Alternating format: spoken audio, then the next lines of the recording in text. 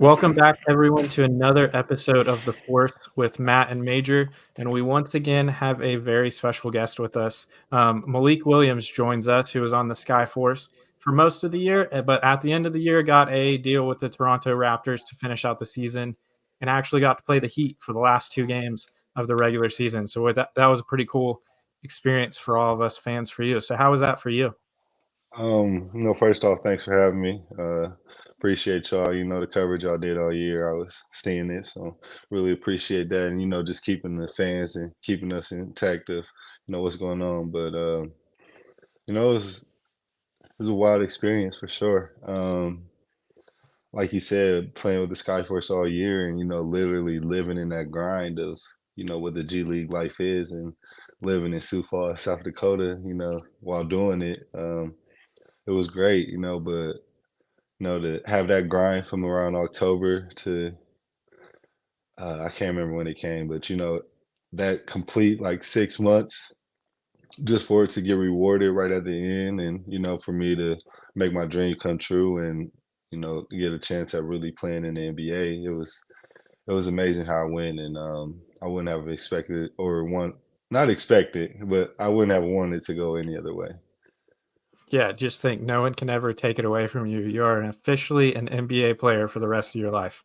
Right. Yeah, That it's crazy. It didn't really hit for me. Like, there's a lot of food that's left on my plate, and that was just a small taste of it. But especially being back home and seeing the smile on people's faces, and just the congratulatory speaks to me. It's great. Yeah, I was telling Malik right before we started, Matt, about how we watched the live streams of the games of the Heat games, and every time Malik was on the court or got a rebound or anything, we're like, "Oh my gosh, that's Malik!" Pretty sure we had started annoying everyone because we would talk over people and be like, "Oh my gosh, Yeah. that's Malik!" Yeah. So Yeah. it's a pretty awesome moment for us as well. So I couldn't imagine for you getting to live out almost every kid's childhood dream, right? Like that's Right. pretty For awesome. sure. Yeah. So Especially to speaking, end it in Miami like that. yeah, Since you touched on that, yeah, that was crazy. They got to watch me all year up close, and I watched them all year just for the expectation of maybe playing with them. So I was pretty familiar with the guys that I was going out there and going against, and just everything like that. And it's Miami, so who doesn't want to be there? yeah. So speaking of like, you growing up and a lot of kids wanting to be a player, like what got you into basketball? What was that first thing that you were like, man, this is what I want to do? Um, for me earlier it was football. So I would say up until around seventh grade, eighth grade, and then more so picked me just because of the growth spurt that I hit. I had already been a really tall kid and always above average and towering over people, but going into eighth grade, I really shot up to maybe like 6'8", and to touch on something before that, I would say what really got me into it was my AU coach, Juan Gorman. He came and he saw me and I was in the fifth grade, and he picked me up to play with his AAU program, legit basketball. And he had his son, Jordan Gorman, who played on the team, and we went on and we played together from fifth grade to my senior year of high school. So that was great. Jordan actually got to come watch me play in Miami. That last Sunday game. So it was really cool for that to come full circle because his family is their family to me, and that's kind of what got me into basketball. So it was great for them to be able to come out and watch me play. Was there any point in time that you knew that you could be a professional basketball player, or at least like that was like in consideration? Like, was there a point in time where you're just like, okay, I know I can do this? Yeah, for sure. I mean, my first scholarship offer came really early, and it was from Indiana University in like my freshman year of high school. So from that point forward, realizing the offer that I had received to play in the Big Ten and play for Tom Crean, it was great. So from that point forward, I kind of looked at myself as basketball does give me a real opportunity to at least get away from here and go get an education, and that was a start for me. And then I would say maybe my junior summer, um, just playing on the AAU scene, tearing it up. I just had a lot of confidence in myself, especially going into college. So I always knew I would be pro. You know, after college, it got dark for a while, and I had to find the light again. But I always knew that I would be here. Was there like when you first got to the University of Louisville, was there like a time where you're like, oh shoot, I got stuff to learn here? Because a lot of guys, they go in and they're like, oh, I'm the big dog. And then they go and they're like, oh, these other guys were big dogs too in high school. Yeah. Was there like a moment, kind of like your welcome to college moment? Um, I would say that didn't come into my sophomore year. My freshman year was rocky because I went there, played for the summer for like 3 months, worked out and stuff, and then right as I think like a day or two before we started official practice or that same week, Patino got fired. That was my freshman year, so that freshman year was just it was okay. David Padgett did a good job stepping into the role of head coach. It was a difficult situation, but he did all right, and it was difficult for the entire team. Especially us freshmen because we were really at the back of the bus. Really learning a lot. And so my sophomore year, but we went to I can't remember if it was Madison Square Garden or Barclays, but it was one of those early in-season tournaments, and we had Tennessee, and that was that year that Tennessee went on that crazy run, and playing against guys like Grant Williams, Admiral Schofield, the rest of that team that they had, they were just really strong, physical, and dominating the paint, and that was pretty much my wake-up game. Like, yeah, it's real out there. Yeah, Grant was I lived in Tennessee, and so my whole family is Tennessee fan. Grant was a Uh-huh. flat-out bucket and dominant post Yeah, player. yeah, NBA fans might not realize that, but he was dominant in the post. literally, yeah. Yeah, he was really dominant in the post. Yeah.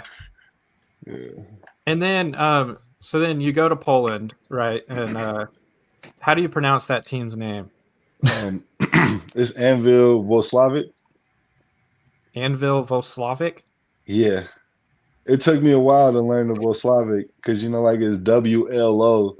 Yeah. So it was a Wallachek. I would say a lot of different crazy stuff, but yeah, Anvil was good. It was really great. I graduated and I took around maybe 9 months off, just trying to figure it out. And then as the new year hit, January of 2023, the opportunity kind of just came after I was working out with a buddy of mine, and he got me in contact with an agent, and from there, it's pretty much been up. But that was probably like a 3-day transition where, I'm thinking I'm looking towards another job into I'm about to go, across the country to play basketball for the next 5 months. So it was definitely just a risk, opportunity that I took advantage of. And, we went over there and we had some success.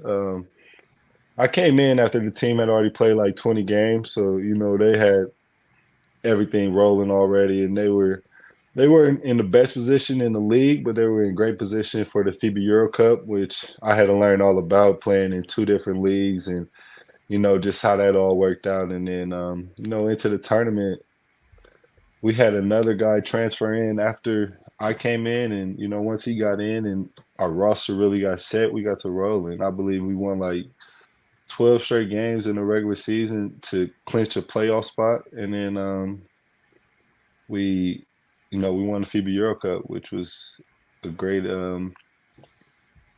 This is great, and we're in the history books for Poland. We were the first team in Poland history Mhm. to get that FIBA Euro Cup. So our names are forever stamped. We went to France and beat a team on their floor that hadn't lost all of the FIBA Euro Cup on that court. So it was amazing, especially to win. I'm not sure if you know how it works, but the tournament works 2 games. So like Yes. it's point differential. So no, to go in there and not just win the game from that, but to actually go 2-0 versus the team, it was really great. A great experience. I really enjoyed Poland. It wasn't the funnest, but it locked me in, and on the task and goal at hand, and their fans are tremendous. Yeah, so that FIBA Euro Cup, like you said, it's 2 games and it's point differential. So it doesn't necessarily matter. I think in y'all's first round of the playoffs, each team won 1 game, but y'all won Yeah. y'all's game by more points, so y'all Right. advanced. So it's not Right. like a series like we're used to. And you did have 20 points in the clinching game, so that's pretty awesome. Yeah, for sure. That was a big, push to actually get that title. And like you said, first title from a team from Poland. So obviously a first in that team's history. So that's an awesome moment. Yeah. So speaking of that format, I was thinking, do you think the in-season tournament should do that? For the NBA, Yeah, it wouldn't be bad, but I say in season. I think all they need is 1 game. Maybe the championship. maybe. Maybe the in season final. You could do that, but for the rest of them, just 1 game I think works. Play for your seeding and then 1 out. Just because it's in season and those guys already play so many games. So That's true. It's a little bit different setup of where they're used to playing all those tournaments, which right. in America, a lot of people are like, why are we playing 2 tournaments? Yeah, It's crazy. it's nice how they did that. It gives a juice to the beginning of the season, and Yeah, some bragging rights to a team. yeah, for sure.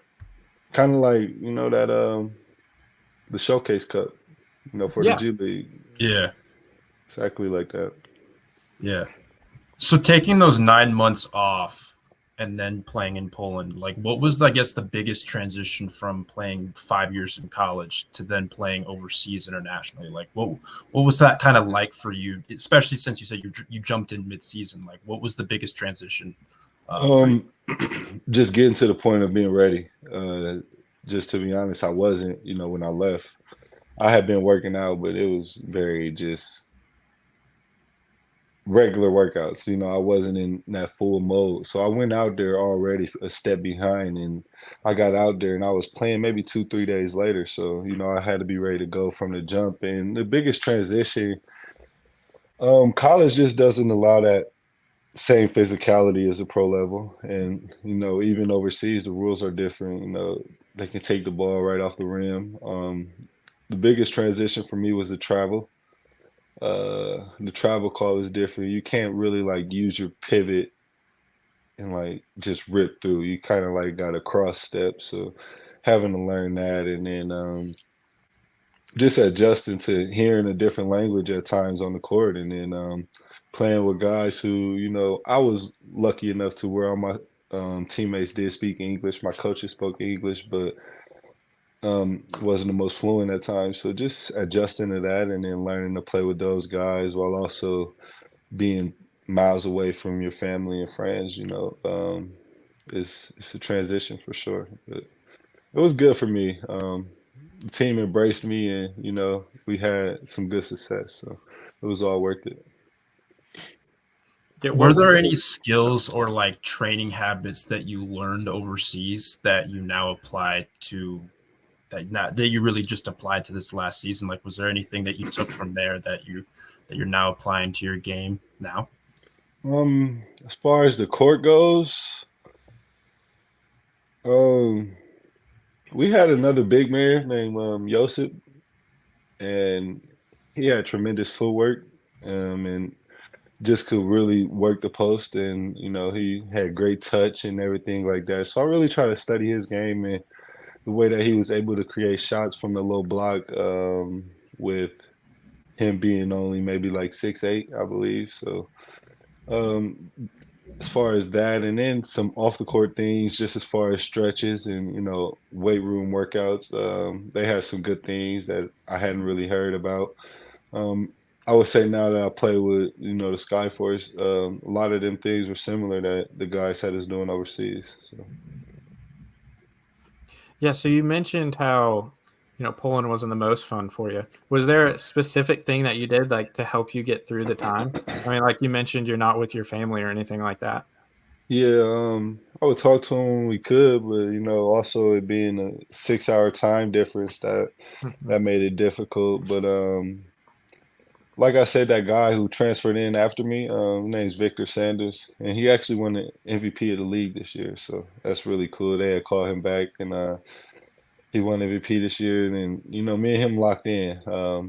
Some guys, they become your teammates, and it's that for the moment, and but some guys, you really lock in and create lifelong friendships with, and he was one of them who I was able to do that with, and we were hanging out, just watching movies, and he had been around and overseas for a few years, so he taught me a lot of things, and just taught me how to live off the court, on the court, and how to maneuver out there. So that's what really helped me pass through that time. But the first 3 weeks were tough. Tough. Yeah. So then after Poland, you joined the Skyforce, and the Skyforce have a big history of sending guys to the NBA, and the Heat work closely with them. Was that like a little wake up call, like going from overseas basketball to then going to the G League? It was, especially them being interested in me pretty shortly after got back from overseas. They were one of the first teams to reach out, and I did know about the history of them actually developing their players in the G League and having a reputation of bringing them guys up or getting them guys called up. So I was interested in the Heat, regardless from the jump, Sioux Falls or not. So it was really good, but it was a jump, and just a reality. Like, I'm that step closer. Big thing for me was family being able to come watch me play this season. So it was really good. That jump was what was needed for me, my confidence, and everything going forward. Yeah, what was like one thing that you think they helped develop your game that they really focused on? Maybe a particular coach or anything like that, or a teammate that really helped you with something? Um, I think as teammates, we all helped each other. We were pretty good at, taking criticism and giving criticism. Um, I worked out a lot with Jared. Um, he's more of the assistant coach and player development guy, but he really helped me out. Just, I would say most development I did was, in the post, trying to do my best to finish around the basket, whether it be, hook shots or, up and unders and things like that. And that was where I got developed the most. And then just learning, I would say, league verbiage, because, the way that teams communicate all over the world is different. So just learning how they like to make the calls and things like that. So it was a lot that I could say I took away from the season, but probably that verbiage and just listen up and getting them key speaking tones or notes. When you got that call from the Raptors, did you have like an idea, or like were you talking with anyone, like did anyone to let you know, like, hey, you might be getting this call, or we might be calling you up soon? Like, was there any communication from somewhere about you potentially getting called up, or was it just kind of like a shock to you? Yeah, so on Monday I kind of did hear that it was opportunity. Me and some other guys had the possible chance of playing with them, but heard that early Monday, went all through Monday, and then Tuesday morning, as I got over to the facility for practice that day, I ended up getting that call. So it wasn't complete shock, but yeah, it still caught me off guard just because of the situation we were in, heading into practice, preparing for the playoffs with Sioux Falls, into, getting that call that next morning, and looking at missing the playoffs and needing to go pack immediately and being ready to leave. So it was still in shock, but I was a little bit warm, which probably saved me a little bit. Was there any like one particular thing that you learned from being with Toronto, even though it was over a short period of time?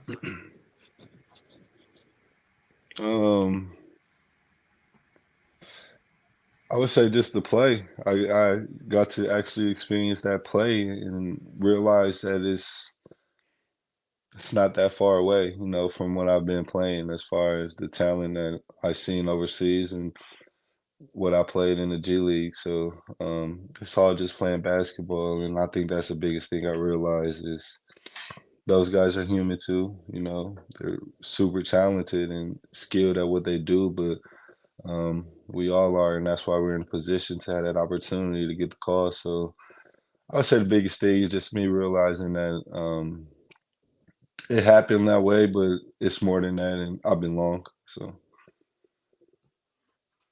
Yeah, so if you want to feel real loved right now, as soon as we heard the news that you got to 10-day, told Matt, I was like, love it for Malik. This is the worst possible time for this guy Force, though. Yeah, I was like, yeah, man, that was a massive blow at the worst possible yeah, time. But obviously it's worth it, right?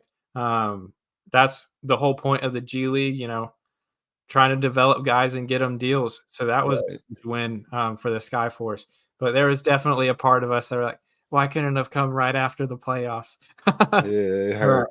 It hurt. It hurt for me, especially going through yeah. that the grind of the entire G League season. And like, some people know what it is, and some people really don't know how much of a grind it really is for us, playing in the G League. So for it to be awarded right there at the end of the season, or rewarded right there at the end of the season I'm very grateful for it to work out that way. But I do wish I could have went out there and fought with the guys one last time. Yeah, I want to ask about one specific thing. Your shooting, I like your form and everything.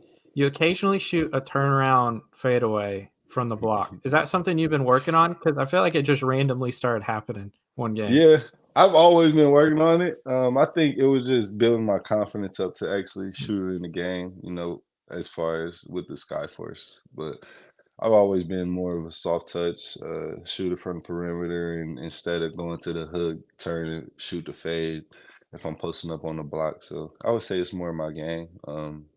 Definitely got to be better at being consistent and it being more reliable. But yeah, that's more me for Yeah, sure. you can probably look back at my past tweets. There's probably 2 or 3 that's like, man, if Malik's hitting that, it's going to be a great day for us. Yeah, I got But to get like I back said, all the way you to shoot it. it good. You shoot it good. I'm not saying you don't. Nah, I It just like appreciate really it. surprised me one time. I was like, I haven't seen that before. Yeah, But it does surprise people, especially with my size, and then just yeah, way that I play.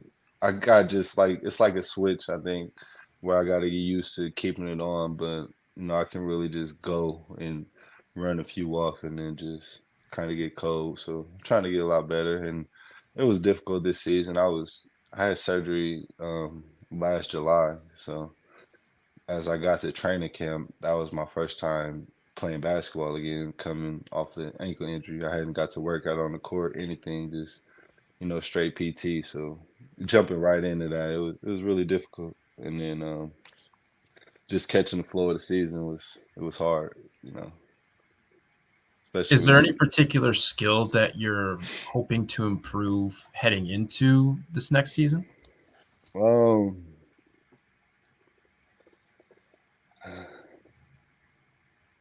I would say one is touch shot, little floaters around the basket. That's one that I really want to touch on, and then just getting my touch softer all the way around, and being able to move my feet better and truly guard 1 through 5 and be able to play in the switch defense. There's a lot of things I want to work on. This is my first full off season in years, so not having to deal with injuries and things like that, I think it's gonna be the best, and I'll come back ready to go, and all of my shit all of my skills will be tight. Yeah. yeah, I think you definitely like we just talked about. You showed off your potential with the soft touch with your shooting, so that's something I could definitely see you adding. And I love your rebounding. I just want to say, like, you're a real tall guy, but you're not like big and bulky. You're like big guy. And the way you dominate the boards is just insane. I absolutely it felt like on a 20 game streak of 17 rebounds. That's what it felt like to me. It was Thank you. absolutely important and dominant. Controlled a lot of games with rebounding. That's something that for whatever reason the casual fans don't understand how important, You can play great defense, but if you don't end it with a rebound, it doesn't matter. Exactly. So you were just cleaning up the glass. That was awesome to see. Yeah, thank you. I appreciate that for sure. I am a big guy, like you said, but it just takes a lot of skills and technique with that because Mhm. people that we playing so athletic, quick. They either gonna be athletic, quick, or strong. So you got to pick how you handle certain situations with different people. But I've always been one who I'm not gonna really out jump you, but I'm gonna box you out. So at least you're not gonna get it. And then just the pursuit of ball comes with just playing hard for me. So Yeah. And now these are my favorite questions to ask. We're going to set you up right here. So we're going to start off with, who is the funniest player on the Skyforce? man. Man, he's gotten both right here. Caleb also said it. I guessed it from the stories I've heard. I was like, gotta be man. For sure, Alondis Williams. Yeah, My cousin. then it's my favorite. Who's the least funny? Least funny. Who do we have this year? Or the most serious, as Caleb phrased it. Like the most trying to be a good teammate. Yeah. Yeah, be a good teammate. Like who's the most serious or who's most the least serious? funny? Whatever way you want to answer that. Teo came in very serious. He wasn't there long. I'll try to give you someone who was there more majority of the season. I don't know. We had a group of funny guys, really. Everybody could, get a joke off here and there, but Bouye is pretty serious and nonchalant. It's more so nonchalant, but like he's serious too. So I'll probably go Bouye. Yeah, after a lot of thought, Caleb Daniels went with JC Butler. Oh damn! I forgot about JC. That's it for sure. That's it. Yeah. Y'all gotta make sure JC doesn't see these. He might start getting offended. Nah, he gonna be like, "That's me for sure." He comes in, gets his work done, and he's out of there. And he's a really cool dude. Like, don't get me wrong, but he's coming in there, he's getting his work done, and he's heading home. Nothing wrong with it, right? Nothing wrong with it at all. You need guys like that. It locks you in sometimes. Like, damn, he ain't said nothing over there in 20 minutes. No, here's another good question. Who are you giving, like anyone on the team, whether you're in, I don't know, a big vehicle or you're in the gym or whatever, like who are you giving the aux to if you had to pick one player? If you can't choose yourself. Yeah, because that was me all year. But I like McCoy, B. McCoy. I like Brandon's aux skills. He has a variety of music. He's from Chicago, so he's got all of that. That could do it itself, but he had a variety of music, and even when I would be on aux and I would play, some old school bangers or something like that, he would, what you know about this? So I would say B. McCoy.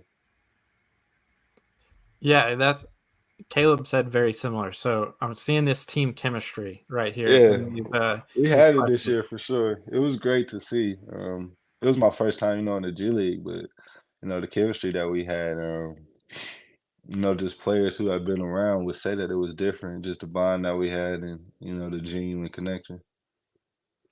Yeah. So what's your favorite type of music? R&B. I'm big on R&B. Throw me in the 90s and let me ride out. But yeah, I'm a fan of rap, but like if I had to pick one, I play the R&B. It's a lot more just smoother and it soothes my mind. I can just play it all the time. A lot of people say like you and your feelings, but nah, I just like the way bro talking. So it was real cool. I'm R&B for sure. So you mentioned rap though. So there's a pretty big rap beef going on. Who do you got? I haven't even been really tuned into it. It's great for the industry and for the fans, but I don't really want to see it. I can go play a song with these two guys rapping on it together. So That's true. It's definitely weird, but I think Kendrick's been at least really dropping them and, coming at them, and Drake's been going back at it. So it's great to see, but I haven't sat and just digested all the songs yet. I'm kind of letting it die down first, and then I go in and get my taste on who's been doing the best. Yeah, that's reasonable. You don't want to join the drama. Yeah, no, I'm too Drake, and I like Kendrick too, so I'm just gonna stay away. Yeah. Well, that's all we have for you today. So once again, we just want to thank you so much for joining and on a great season and achieving your NBA dream, which is just amazing to think about. So happy for you in that way, and you definitely deserved it with how you played and developed over the season. So congratulations with that. Yes, sir. I appreciate y'all having me and support all year, and the Sioux Falls Skyforce.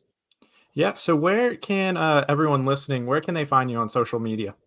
It is Leek_Willie, LEEK_WILLI, or you can type in Malik Williams and it should pop up. Yep. So we'll be sure to tag that and let everyone easily find that. So once again, just thank you for joining, and let's go Skyforce. All right, cool. Thank you.